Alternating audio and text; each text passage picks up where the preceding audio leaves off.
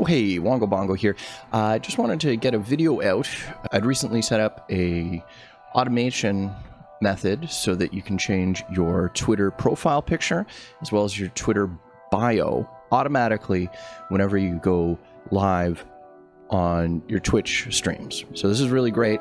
So you can have a visual indicator as well as a description in your bio with a link to the stream.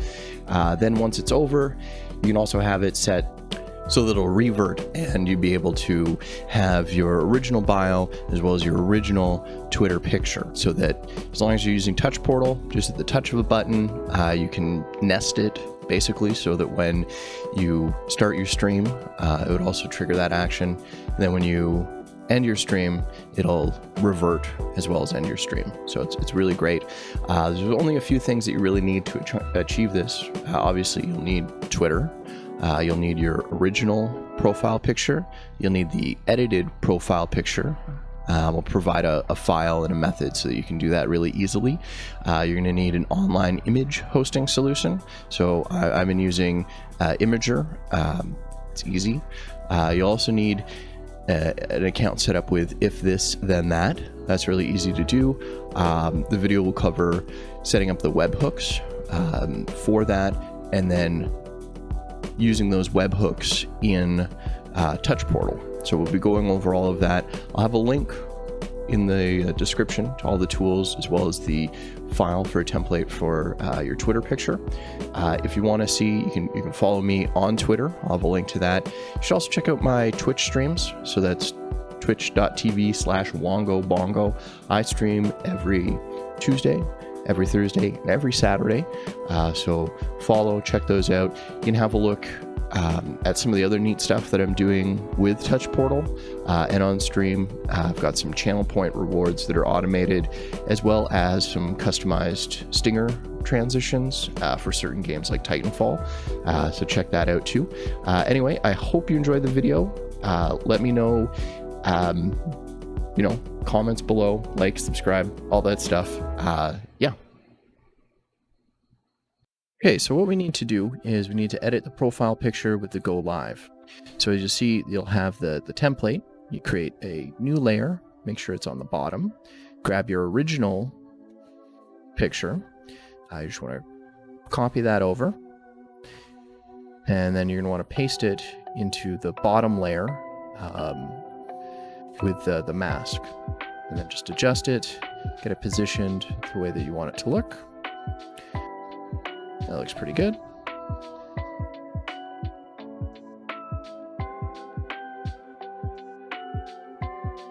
And then what you're going to do, merge that down. You can save a copy of that.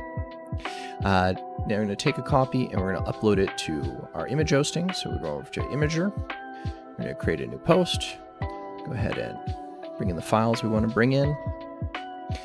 Okay, so I'm going to select the go live and the default. And there we go. Now you need to copy the image location, and it has to have like the full URL. So we're going to copy image address. We're going to paste that into our notebook here. I'm going to note this as live.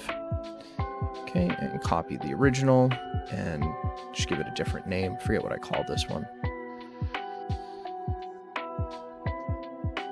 Normal. Okay. So we're going to keep those and note that. Next thing we do is go into If This Then That. We're going to create. The if statement is going to be a webhooks command. So we're going to go in, create a new webhook. We're going to give it the event name. And it's going to be going live. Create the trigger. And then that statement is going to be Twitter. And it's going to be to update the profile picture.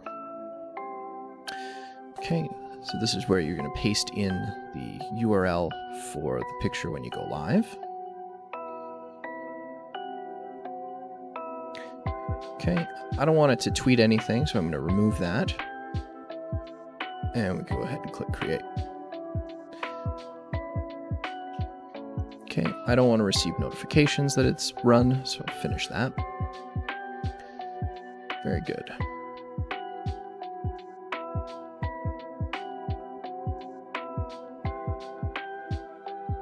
Okay, so we're going to set up the next webhook, which is going to be when we go offline. So it's the same process. We just need to give it a different event name. Go to Twitter, profile picture, and then this one we put in the offline picture. And then again, I don't want there to be a tweet.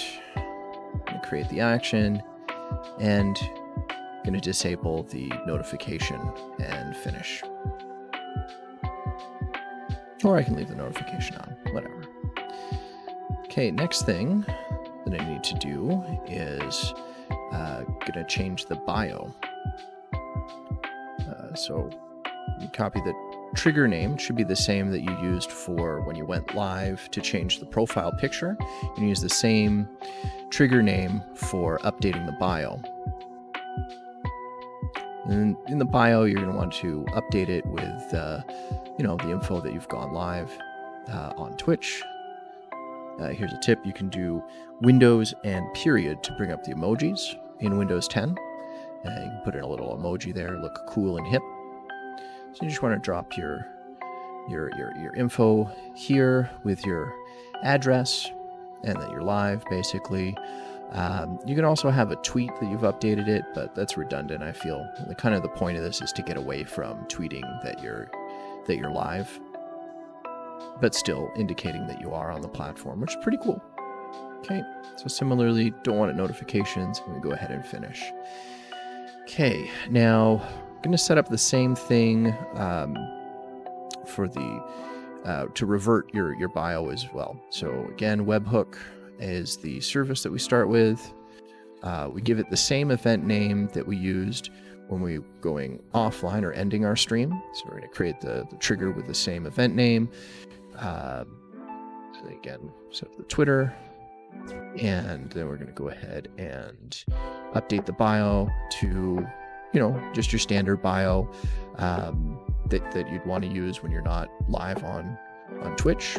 I still like to drop the Twitch channel and the fact that I stream on Tuesdays, Thursdays, and on Saturdays, so you can check me out. And be sure to do that. That's twitch.tv/BongoBongo. So you can check me out there too. So we'll go ahead and get that last one created. That's what we need there. Now, to get this to work with Touch Portal, you're going to need your actual webhook key. So if you go into the webhooks and you go to the documentation, it'll bring up a specific URL that's specific to you. It'll look something like this, right? But it'll have your key. So you have to copy the whole thing with your key, and you have to change the event name. So when you look in the documentation, it'll have the maker.ifthisthenthat.com trigger and then the event. So you want to replace the event that it has, that's the one I've been using, with the one that you set up, and ensure that it has your key. You also want to do the same for when you go offline. Once you've got that from the documentation setting, you can open up your Touch Portal. So we can set up Touch Portal. So I'm just going to set it up like as a new button. This one is going to be to change the profile picture and bio. So we do a HTTP post. Put in the whole URL with the event name and your key. Give the button a name and save it in Touch Portal, and that's all there is to it. Once it's saved, we're going to do that the same with, going offline. So HTTP post. This time we put in the going offline trigger, that version with the key. Grab the whole thing. You can do it. And we go ahead, save it, give your button a name, and then it's good. Now, if you already have buttons that you use to go online or offline in Touch Portal, you can just update them to include those webhooks, and it accomplishes the same thing. All right, thanks.